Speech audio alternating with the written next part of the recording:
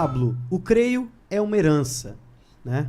Que nós católicos recebemos, a qual nós também vamos passar, e aqueles que virão também receberão. Nele está expresso tudo aquilo que a gente acredita e também contrapõe tudo aquilo que é contra a nossa fé. É verdade, Paulinho. E é até por isso que ele foi criado, não é, Pablo? Sim. Você falou uma coisa no começo e é legal a gente falar, né? Você falou que às vezes a gente fala que acredita em Deus, mas acreditar em Deus não é muita coisa, né? É aquela frase, você já ouviu, Paulinho, a pessoa que está em casa também já ouviu. Acreditar em Deus, até o diabo acredita. Claro. O diabo não é besta, né? Ele acredita. Então, assim, por que eu falo isso? Porque parece que a pessoa fala que acredita em Deus, nossa, já tá bom, tá resolvido, né? Tá resolvido, vou pro céu. Se fosse, né, tão fácil assim. É claro que não, Deus quer muito isso da gente, mas acreditar em Deus é uma coisa tão óbvia, tão fácil, que assim, a pessoa tem que se esforçar muito para não perceber isso, né? Que Deus é uma presença viva, real, talvez muito mais real do que eu mesmo, né? Enfim, a gente podia filosofar bastante sobre isso, mas não é o caso. Mas quando a gente fala de creio, a gente vai falar aqui do credo apostólico, né? Ou seja, não é um monte de frases e de afirmações que a igreja... Não. É a fé da igreja, né? A fé da igreja iniciada pelos apóstolos, que conviveram com Jesus Cristo encarnado, vivo, filho de Maria. É essa fé, é esse creio, é o que os apóstolos professaram como igreja lá nos primeiros anos do cristianismo, e aquilo foi sendo repetido, até chegar aos concílios, o concílio de Nicéia, de Constantinopla, enfim. E foi sendo construído. Então é a fé dos apóstolos. A igreja começou com eles lá, com Pedro, com João, com Paulo, o apóstolo apartado, igual ele mesmo se auto-intitulava, e foi sendo construída aquela fé, que é a fé que nos sustenta hoje. Tanto é que era, desculpa, Paulinho, mas tanto é que o nome era o símbolo dos apóstolos, né? Exatamente isso que eu ia dizer.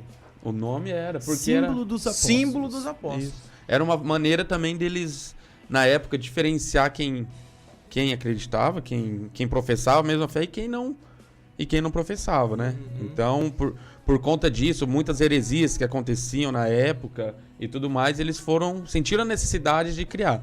É engraçado que tem 12 artigos do creio, se a gente for separar ali, né? 12 afirmações. Dá pra fazer uma alusão com os 12 apóstolos, mas não foi um que fez um, outro fez outro, não foi isso, nós sabemos que não. Mas isso é interessante, né? Que tudo tem uma ligação, né? Tudo uma providência. E nós vamos passo a passo conversando sobre o que é que essa oração diz. Acho que é importante a gente começar dizendo o que é o creio, antes até mesmo de dizer o que o creio diz, né? Que resumidamente é isso, mas é claro que a gente poderia falar muito mais, mas eu quero já começar a então entrar nesta oração que a gente reza todos os dias e às vezes a gente se pega conversando e questionando algumas coisas da nossa igreja, e às vezes alguém fala assim, mas você não reza o creio? Você não reza o creio? Mas o que é que diz o creio lá naquela parte lá? Mas... Então, assim, tem coisa que nós estamos professando, é uma profissão de fé, né? Que às vezes ou a gente não entende, ou a gente não está muito atento ao que a nossa igreja está dizendo, né? E não está muito obediente, ou pelo menos crente naquilo que a nossa igreja ensina. Creio em Deus Pai Todo-Poderoso. Já dá para fazer um retiro nisso, né? Creio em Deus Pai Todo-Poderoso. Já é muito mais do que esse negócio de dizer que não acredito em Deus. Olha a diferença. Pensa, a gente consegue entender a diferença de dizer acredito em Deus e a diferença de dizer creio em Deus Pai Todo-Poderoso. E se eu disser mais duas palavras, Criador do céu e da terra. Pronto. Forte pra caramba. É forte, né? É uma reflexão muito profunda. Se a gente parar para analisar o início do creio e o início da Bíblia. Gênesis 1:1. Deus criou o céu e a terra. É a primeira profissão que nós falamos no creio, né? Creio em Deus Pai Todo-Poderoso, Criador do céu e da terra. Creio no Todo-Poderoso, o que tudo vê, o que tudo ouve. A onipotência de Deus já é visível, né, nessa primeira partezinha. Você sabe das três, onipotência, onisciência, onipresença, a única que é professada é a onipotência, né? O Todo-Poderoso. O Todo-Poderoso é a única ali, mas não precisa mais, né, também, né? Você sabe o que me vem, assim? A primeira coisa que me vem quando a gente fala creio em Deus Pai, né? E aí a gente... eu fico pensando, né? A fé é algo assim, é do homem, é do ser humano. Então, assim, se o ser humano, por qualquer motivo, né, e a gente não ignora e não julga, porque às vezes o que faz uma pessoa perder a fé, às vezes é algo assim muito complicado na história de vida, né? A gente vê muito isso. Problema com o pai, revoltas, que é do ser humano. Sim. Mas a fé ainda fica ali. Ainda que a pessoa tenha um problema com a figura de Deus, né? Creio em Deus. Tem um problema com essa coisa, com essa fé em Deus, a fé fica ali, porque a fé é do ser humano. Tem um psicólogo, né? Os psicólogos vão saber muito melhor do que eu, que fala, Carl Jung, o homem é um ser religioso. Se ele não põe a fé dele em Deus, ele vai pôr a fé em algum lugar. Ele vai pôr a fé nele mesmo, e aí eu já começo, dá pra falar do ateu. O ateu não acredita em nada, ele acredita nele, na intelectualidade e na razão. Acredita nisso. Ele tem que acreditar alguma coisa. Então, assim, se você não coloca a sua fé em Deus, né, nessa expressão primeira do creio em Deus, em alguma coisa você vai colocar. No seu pai, na família, no seu dinheiro, no trabalho. Então, o sentido da minha vida é o meu trabalho, né? E aí eu já caso uma coisa com a outra. Fé tá muito ligado com isso, sentido de vida, né? Se a pessoa não dá o sentido da vida dela pra uma divindade, pra Deus, ela vai colocar em alguma outra coisa. E vai trabalhar em cima daquilo, e vai viver em função daquilo. Então, assim, antes ainda de falar no creio em Deus, a gente precisa falar que a fé existe. E tá em você. E você precisa olhar pra você mesmo e perceber isso. A gente não vai ficar falando aqui, porque vai ficar 3 dias aqui tentando te convencer, e não somos nós que vamos convencer, é Deus, é o Espírito Santo. É só você perceber em você que existe uma centelha de fé ali. Agora, o negócio é a gente conseguir canalizar essa fé pra coisa certa, vamos dizer assim, pra não se perder, pra Deus, pra aquilo que realmente é aquilo que realmente existe, não fugir um pouco da realidade, porque a pessoa se perde um pouco nisso. É algo tão complexo, tão profundo, que é fácil se perder nisso, né? E... Pode falar. Fica à vontade. Obrigado. Uma coisa muito linda também, que eu me peguei agora. Educação, né? Vem de casa. Uma coisa linda que eu vi do Papa essa semana, e agora me veio agora na cabeça, creio em Deus Pai. O Papa disse, não sei se foi essa semana a catequese dele, alguma para trás, ele disse que nas nossas orações é necessário a gente aprender a chamar Deus de Pai, a iniciar as nossas orações chamando Deus de Pai. Creio em Deus Pai. E não é só acreditar que Ele é o Todo-Poderoso, é que Ele é o nosso Pai também, que nos cuida, que nos ama, né? É profundo também isso. Uma indagação, né, de quem não acredita e é como eu falei na semana passada, tem gente que não acredita e ainda fica espetando quem acredita, sabe? Porque não admite, né, que aquela pessoa tem aquela fé. Eu concordo plenamente com o que você disse, Pablo. Aquele que professa não ter fé nenhuma, ele tem. Né? É óbvio que ele tem.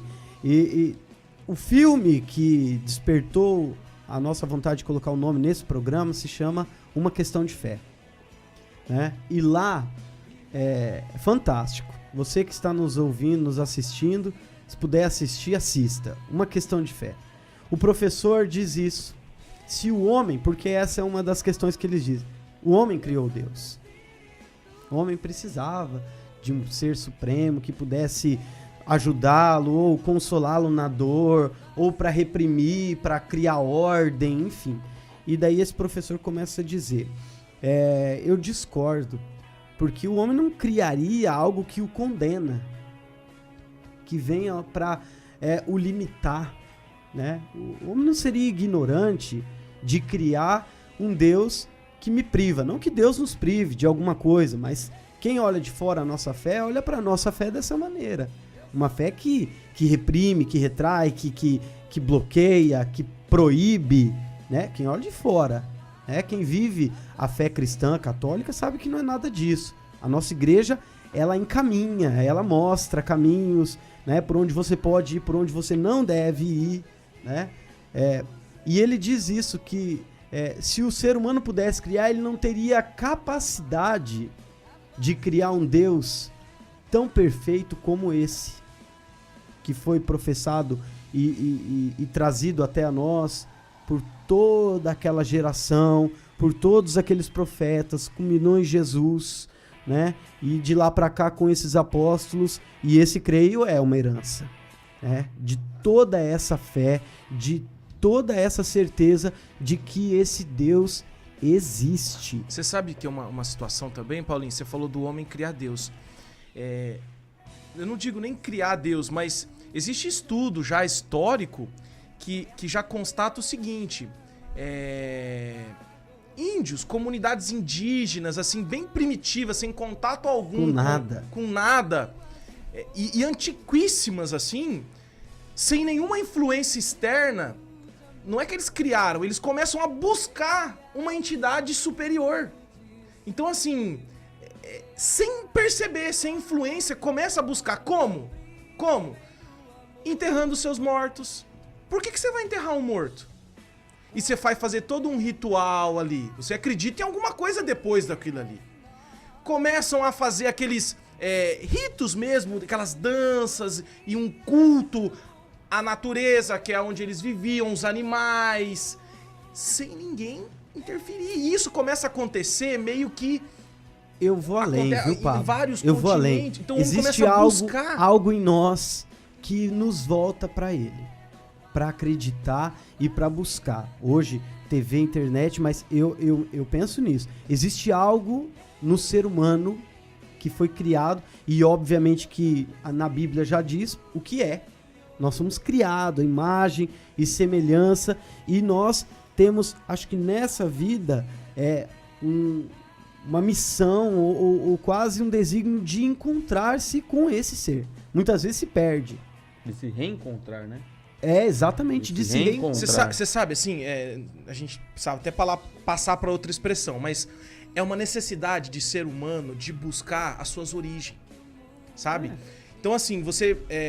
aquelas famílias que têm filho adotado. A gente vê muito isso. Às vezes o filho tá lá, tá feliz com o pai, com a mãe, não tem porquê, mas de algum momento ele vai querer saber quem é o pai e a mãe biológico. Aquela necessidade de querer entender de onde veio, pra entender pra onde vai. E aí entra essa ligação da fé e sentido da vida. A gente precisa disso. Senão a gente se sente uma coisa estranha, num lugar estranho, sem sentido. Aonde eu vim, pra onde eu vou. Essas perguntas, gente, uma hora ou outra elas nos afligem. E se você não conseguir responder, a vida vai te cobrar. Sim, e eu acredito que isso é algo cravado na nossa alma, até pela própria palavra de Deus, né? Ele disse, do pó viestes e ao pó voltarás, né? Então, na nossa criação física, existe isso, de sair de algo, viver e retornar para algo. Assim também a nossa alma, né? E mesmo que a pessoa não tenha tido um acesso à evangelização, como o exemplo que você está dando dos índios, é algo natural do ser humano. Da onde eu vim, o que eu estou fazendo aqui, para onde eu vou voltar, né? Porque mesmo quem não acredita na ressurreição, eles acreditam em voltar de alguma forma. Para algum lugar. Para alguma coisa, né? Nunca acaba aqui, entende? Então eu acredito que é próprio isso, assim, da essência da divindade que há em nós. Que Deus deixou em nós. É muito mais difícil a gente acreditar que vai acabar. A gente morreu, acabou ali. A gente não se contenta com isso. Não tem uma lógica. O ser humano quer sempre mais. Gente, isso é observável em si mesmo. A gente sempre quer mais, né? Se você tá feliz aqui, amanhã você vai querer isso aqui mais um pouquinho. Isso o catecismo chama, tão bonito, de centelha divina, né? Deus é infinito. Onipotente, onipresente, onisciente e infinito. E nós, como filhos, e o filho sempre tem um pouquinho do pai, A gente tem sede desse infinito, porque nós temos isso em nós, como Deus também é assim. Então nós buscamos isso. Quando eu dou aula de ética e a gente entra nessa questão, não das religiões, mas de buscar essa característica no ser humano, eu percebi, assim, talvez todo mundo já vê... Vocês perceberam que ultimamente, que essa moda de tatuagem, tem umas pessoas que tatuam um símbolo do infinito aqui, ou aqui, não precisa falar nada. A sede de infinito é tão grande que a pessoa tem necessidade de buscar um símbolo que remete ela ao infinito, um símbolo matemático, né? Aquele símbolo é matemático, que não tem, né, aquele 8 de lado, Deitado, né? Não tem começo e não tem fim, então remete ao infinito. Porque nós somos assim. Santo Agostinho fala, né? No coração do homem existe um vazio do tamanho do infinito que só Deus pode preencher. Né? E aí vai.